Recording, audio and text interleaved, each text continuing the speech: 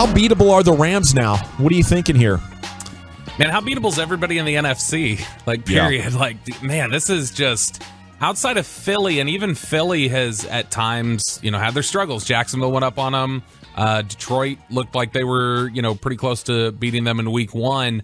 But really, there's nobody that looks really dominant so far. And that certainly, I think, goes for the Rams as well, who, gosh, it seems like that's going to be the theme every single week that we talk about Dallas's opponent is, well, these guys can't block. And I think that makes sense as to why you've seen so many sacks from Dallas this year. It's just because they've got such a strong pass rush, and these teams that they're going against, it speaks, I think, to how difficult it is to find 5 good offensive linemen in this league. It's just a starved position across the league. Bobby, are you becoming nervous about Micah Parsons and how he's facing blockers now?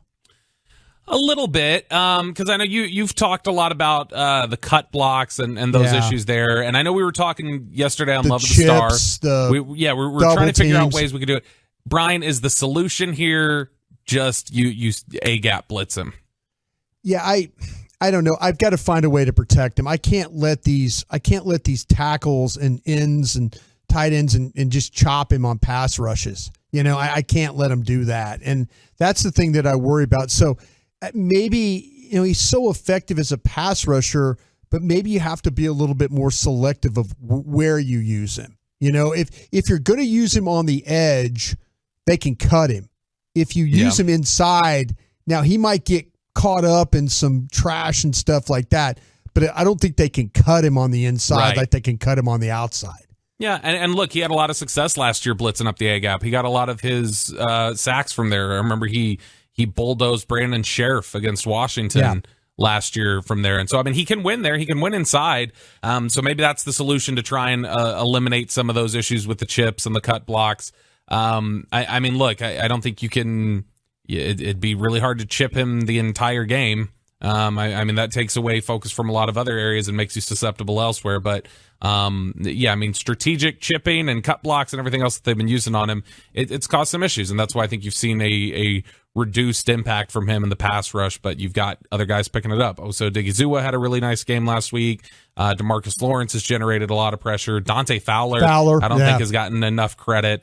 And so they're getting production elsewhere, and that's helping them out. Just because of all the attention, I think, right now that Micah Parsons is getting from these teams. Bobby, are we going to get any just solid momentum towards, hey, we're just going to rock with this player at left guard, or are we going to keep this kind of rotation thing going? I think Brian and I have the same thought on the offensive line, which is like we're just never going to be right about what they want to do with it. No. Because, every time that – and look, this is a consistent issue. I'll say this. I'll give this to the McCarthy regime. Back in the day when you'd hear stuff during the Jason Garrett regime, you'd hear something, and generally, if you heard something from somebody around the building, you could trust it pretty well. There's a ton of misdirection that goes on in this building, and just occasionally, you find areas where, okay, well, that wasn't exactly what we were expecting, and I think offensive line has been one of those areas where it's just been tough to predict and project what they're doing. But yeah, I think eventually they're going to have to settle on something. I would prefer at this point. Jason Peters didn't have a great game last week, but I think he was still better than McGovern for the most part. And I think I'd rather have Jason Peters' power inside for the Rams this week than run out there with McGovern or Farniak or one of those guys. So I think they've eventually got to settle on something. I don't think you can effectively continue to roll out there every week just rotating offensive linemen.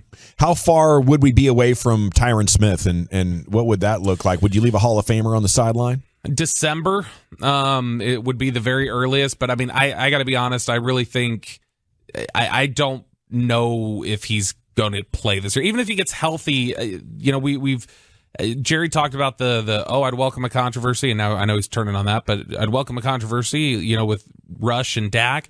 I think the one that's more parallel to the Romo Dak competition is what's gone on with Tyler Smith, and he didn't play great this past week, but he's been good. He's held things down at left tackle, and I don't know. Do you want to disrupt that? For the final couple games of the season in the name of a guy who, even if he comes back, I believe probably his last year here, which would probably also be his last year in the NFL. And so I don't know that it's worth it. And I think that's something that the Cowboys will have to weigh, that even once Tyron Smith gets healthy, I don't know that he's getting that job back. Yeah, Bobby, I mean, I was leaving the Star today and was looking at him, and he was out there already working on the cords. Yeah. And I'm thinking like, all right, here's Britt Brown trying to bring another back, that kind of a thing. So, I mean, it's, if he's working to get rehab to get, I think he's working to try and play again. At least this year. At least to be healthy for it, yeah. And if there's anybody who can get him ready for it, I'd trust Britt Brown and that staff to do it. Yeah, I would too. But I don't know that if he gets healthy, does it matter? I don't know that they want to swap out Tyler Smith, and they'll cross that bridge when they come to it.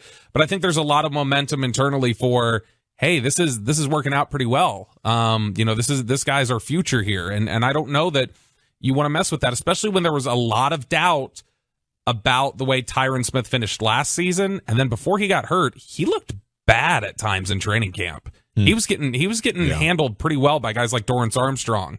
I've never seen Dorrance Armstrong win a rep against Tyron Smith the entire time he's been here, and he won like back-to-back reps in training camp at one point. And so I think Tyron Smith's best days are clearly behind him. And the health factor is always going to be a question. So do you really want to mess with that if Tyler Smith's playing well and the unit as a whole is playing well? I don't know. We're going to be okay at long snapper? I hope so. It was funny. I was on Media Mash today with New East Coast. Brian, I'm disappointed they didn't call you for the workout. You know what? I wish you could have gotten in that group. It was funny. I would have loved to just as a bit gone out there and worked out. I would have seriously. I would have loved to put on and just Eli Manning disguise and go be like a Chad Powers out there. 58-year-old guy going out there and snapping. I think that would have been fun. I think it'd be great. You know what? If I was still working with the Cowboys, I would have tried to show up. Well, you're doing the morning thing around the Cowboys, or what's it called? Cowboy break. Cowboy break. Yeah, Cowboy break. Yeah. But get on out there, Brian. We need to get shoulder pads and a helmet on Broadus, okay? Of course, a jock strap. Get him out there and watch him snap a couple of pigskins, and let's film it.